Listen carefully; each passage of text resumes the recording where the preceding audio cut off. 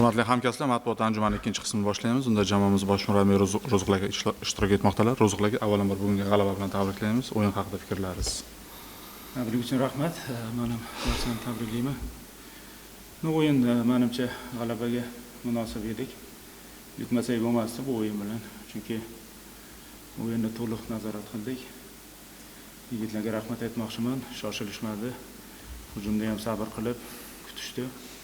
Bu juda ham muhim edi. Agar biz shoshilganimizda pala-patishliklar kelib chiqishi mumkin edi. O'sha uchun biz oxirigacha kurashdik. Bugun men o'ylaymanki, haqli g'alabaga erishdik. Jamoalarni ko'ryapsizlar.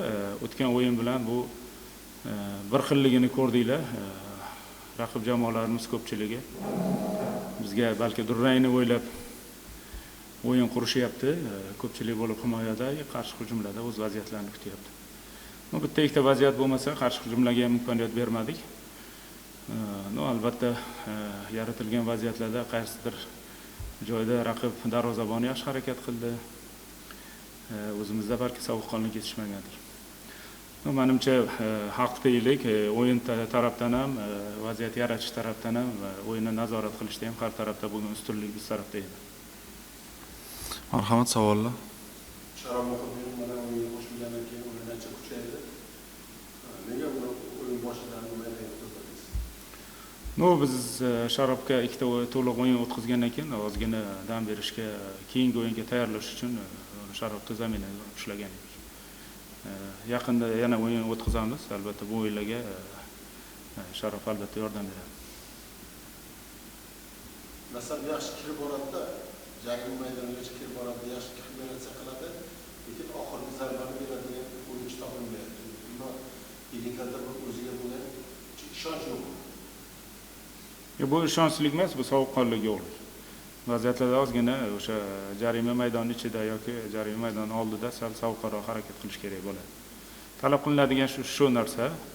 Albatta bu haqida ko'p yigitlarga uqtiramiz, lekin baribir o'yin jarayonida ozgina shoshqaloqlik qilishadi. Savol.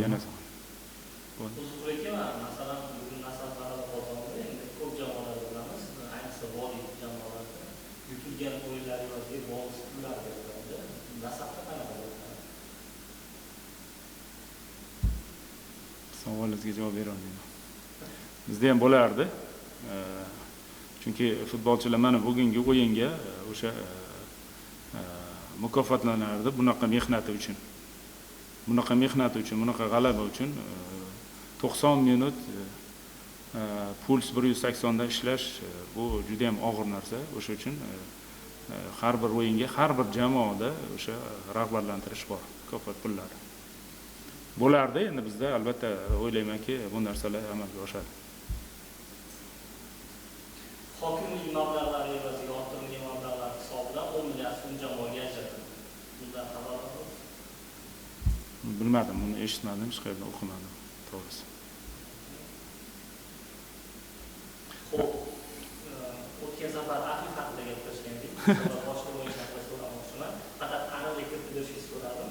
Nasaf o'sha germaniyalik hujumchi bilan qiziqqani haqida xabar chiqdi bugun. Bu rostmi yoki shunchaki mish-mishmi?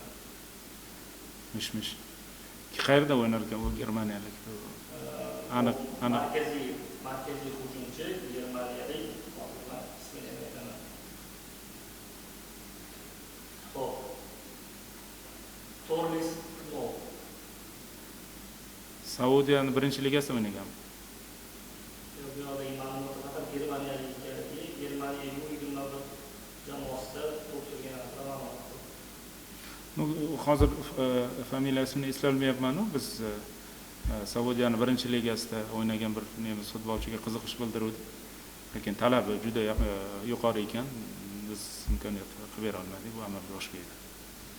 Aniq familiyasini esimda yo'q, lekin siz ham aniq aytmaganingiz uchun bilmadim. Agar o'sha Saudiyaning birinchi ligasida o'ynagan bo'lsa, qiziqib ko'ruvdik. O'sha mablag' bilan bog'liq. Albatta. Biz hozirgi aholimizda kimgadir katta taklif berishga biz imkoniyati yo'q. O'sha uchun kimnidir chaqirishimiz mumkin, kimnidir olishimiz mumkin. O'sha cho'ntagimizga qarab deylik. Men boshqa bir jamoani so'ramoqchiman. Mashalan Qashqadaryo jamoasi, lekin ularda legioner ko'p. Bu olib keladigan legioner mahalliy futbolchilardan demak shu kunda ko'p farq qilmaydimi ular oladigan mablag'? Endi Mashal bitta viloyatimiz, lekin ikkita homiyga egamiz. Ikkita o'zlarini homiyasi bor, o'z klubini anaqasi bor, rahbariyati bor. Qanaqa jalb qilyapti, qaysi uslubiga jalb qilyapti, endi men bilmayman, bunga javob bera olmayman. Savollar bo'lmasa Bo'ldimi? yakunlaymiz. Rahmat. Sog' bo'ling.